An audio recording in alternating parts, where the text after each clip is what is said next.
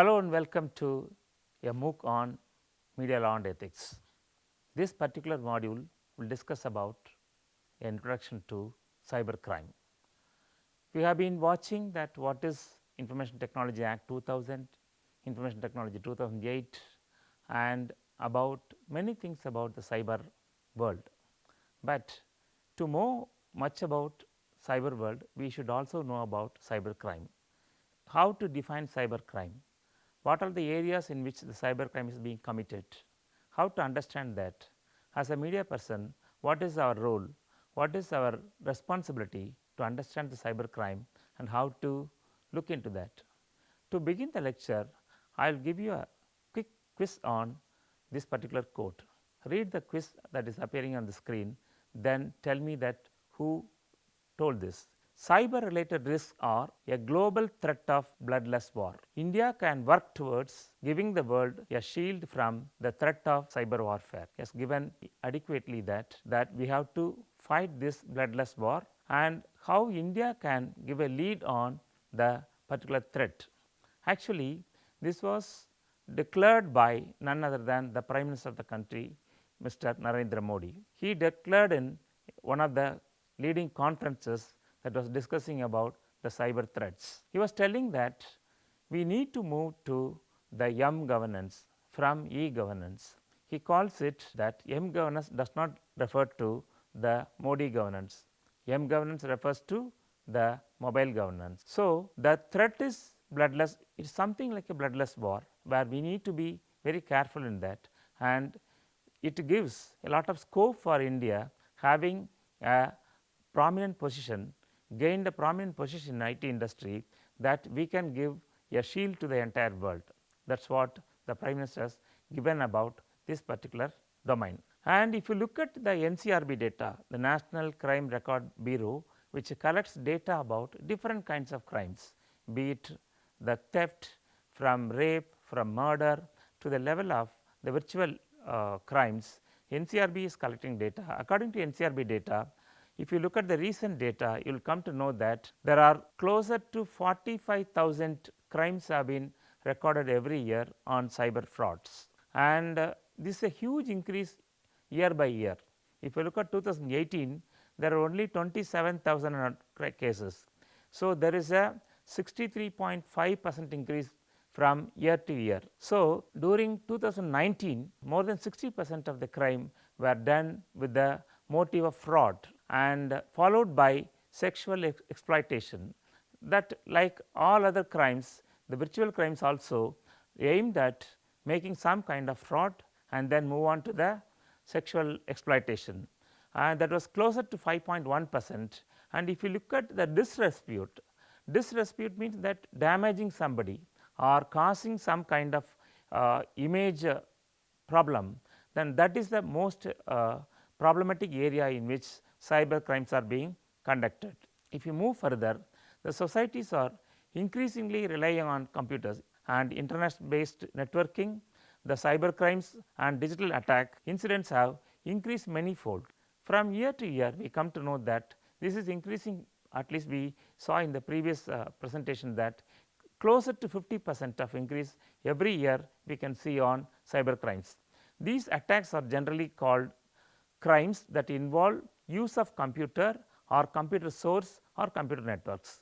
Any form of computer networks, it can be independent computer, desktop computer, laptop computer or iPad, whatever it is, a handheld computers to the mobile phones, whatever that involves in one form or other form, if computers are involved, they are called cyber crimes. The term crime has not been defined in the Information Technology Act 2000. If you look at Information Technology 2000 or the subsequent amendments made in 2008, you could not see that what is a cyber crime, because IT Act could not define what is a cyber crime. For that matter, if you look at the 1860 IPC, Indian Penal Code, where the term crime has not been defined, but whereas they defined the term offence. What is an offence? How an offence is being defined? That has been given elaborately, but crime has not been, even terrorism has not been properly being defined in the modern books of crime records. With this background, let us try to understand what is a cyber crime. A crime is associated with or committed with the help of computers. Anything that is being committed with the help of computers or computer devices, that can be called cyber crime. So, to put it in a very simple words, let us define cyber crime as an offense or a crime in which a computer is used can be said to be a cyber crime. The IT Act 2000 defines words like computer, computer network, data, information and all other associated terms that form part of the cyber crime. Cyber crimes are technology based crimes wherein computer or internet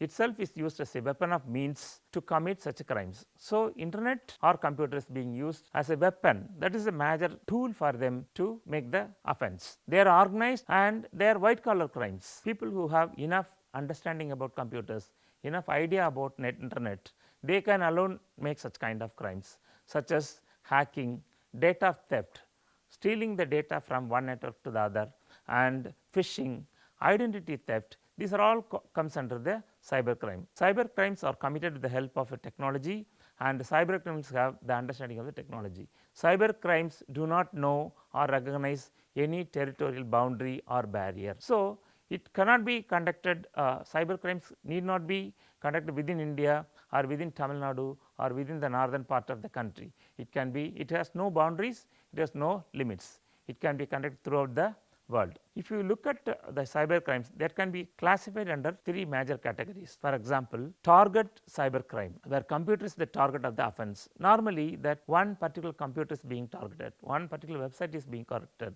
one particular server is being targeted. So, the aim is to destabilize the system by destroying one computer. And tool cyber crime, where a computer is used as a tool for committing the offense. Cyber crime is a very interesting area where one can be targeted without knowing him. Anybody can be at the vulnerable point to be attacked by the cyber crime. You need not be careless about it. Even if you are very careful, you may be targeted on this. So, understanding cyber crime would be always helpful to everyone. Let us see that how the cyber crime is being organized against whom. If you look at the research, it says that at 4 levels the cyber crime is being organized: against the person, against property, against the government, against society. So, crimes are always being targeted on these 4 levels in this particular domain. And if you look at the cyber crime against persons, normally this is being done with the help of harassment through emails. Email is being used as a tool to harass someone because we can hide behind the email without knowing that who is being sending the mail. There is plenty of opportunity available to make yourself anonymous in a cyber world. And cyber stalking and dissemination of obscene material, malware, then defamation and hacking, cheating and fraud, child pornography, phishing. And if you move on to the next aspect called crimes against a person's property, normally that human beings are very much interested in accumulating wealth, resources, materials in any one form. So, cyber domain is one such area where people are interested. There are certain areas which affect a person's properties which are as follows, such as intellectual property crimes, software piracy, cyber squatting and cyber vandalism, hacking the computer system, and there are plenty of hackers, white hackers, black hackers, grey hackers and pocket sniffing, cyber trespass and Xiaomi attack. These are all the most popular forms of attacks through which the individuals are being attacked and their property is being stolen. And if you move on to the understanding about how the governments are being attacked, there are certain offences done by a group of persons intending to threaten the international governments by using internet facilities. For example, cyber terrorism, and cyber terrorism is a major burning issue in the domestic as well as global concern, that both the domestic government as well as the international governments are bothered about the cyber terrorism. The common form of these terrorist attacks on the internet is distributed denial of service attacks, have websites and the emails, attacks on sensitive computer networks. If you move on further, the second aspect is about web defacement. Website defacement is usually the substitution of the original home page of a website with another page by a hacker. So, religious and government websites are regularly targeted by hackers in order to display political or religious beliefs, and defacement is commonly done on symbolic day. for example, on Independence Day or Republic Day. Alternatively, the government or the terrorist group may launch a brute force or dictionary attack, obtain the disseminator administrative passwords for the website. He or she can then connect to the web server and change the entire web pages. And if you move on to further, then the third aspect is cyber warfare. Cyber warfare refers to politically motivated hacking to conduct sabotage, espionage, and use of internet and computers by terrorists. Many extremists are using virtual as well as physical storage media for hiding information and records of their illicit business. They have been using it to hide their data, hide their information related to their business. They also use emails and chat rooms to communicate with their counterparts around the globe. So, chat rooms you cannot track it easily, or if you use it in a very without storing anything, if you are communicating something, then automatically the espionage may not be possible. In many cases, one email account is being shared by many people. For example, we can cite one popular case study that where you open an account, type the email, store there and come out, and with the same username and password, your another group that is sitting in another part of the country or another part of the globe, they will open the same account and read the mail and they will go away. So, no mail is being transacted unless you transact it, no agency or no bot can track that. So, this is one of the most popular form of using email or using the computers by deceiving the governments and the agencies. So, the reply is also being composed on the same thing. If you are typing something, the other party is reading it and they will prepare their own report and they will save there. So, saving in a different folder or the draft folders and without changing any kind of emails, these kind of things are being cleverly being used by terrorist group, but the governments are very capable of understanding these things and they are clearly watching out these kind of practices of the terrorist groups. And if you move further, distribution of pirated software. Pirated software means that when it is becoming a tool for development of or advancement of economy, when you are stopping that or you are distributing for no cost or low cost, then it becomes a challenge to the government or the corporates to gain money. It means distributing pirated software from one computer to another, intending to destroy the data and the official records of the government. Possession of unauthorized information. It is very easy to access any information by the terrorist with the aid of internet and to possess the information for political, religious, social and ideological objectives. There are some cyber crimes that is beyond the individuals, beyond the government, that aim to destabilize the entire society. We will saw a couple of such cases.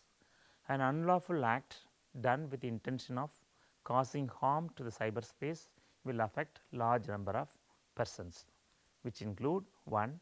Child pornography. Use of computer networks to create, distribute or access materials that sexually exploit underage children is called child pornography. It includes activities concerning indecent exposure and obscenity. This is a major threat to global as well as domestic community. The second one is cyber trafficking.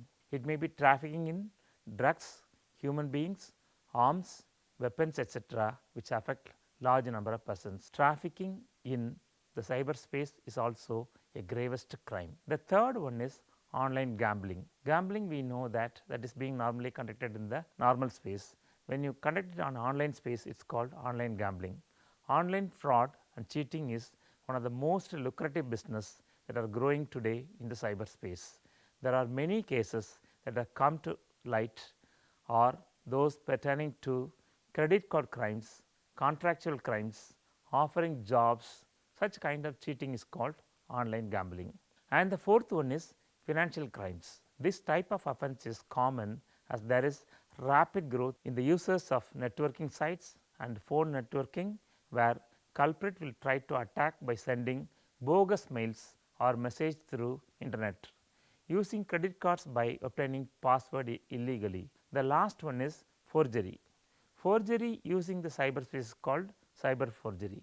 It means to deceive large number of persons by sending threatening mails, as online business transactions are becoming the habitual need of today's lifestyle. So, this presentation tries to give you a basic idea about what is computer crime, how to understand as a media student. Cyber crimes are being organized against 4 persons. One is the individual, the other one is society, third one is the government, and the fourth one is trying to get something for the gain of property. So, this would have given you an idea of the cyber crimes are targeted against to whom.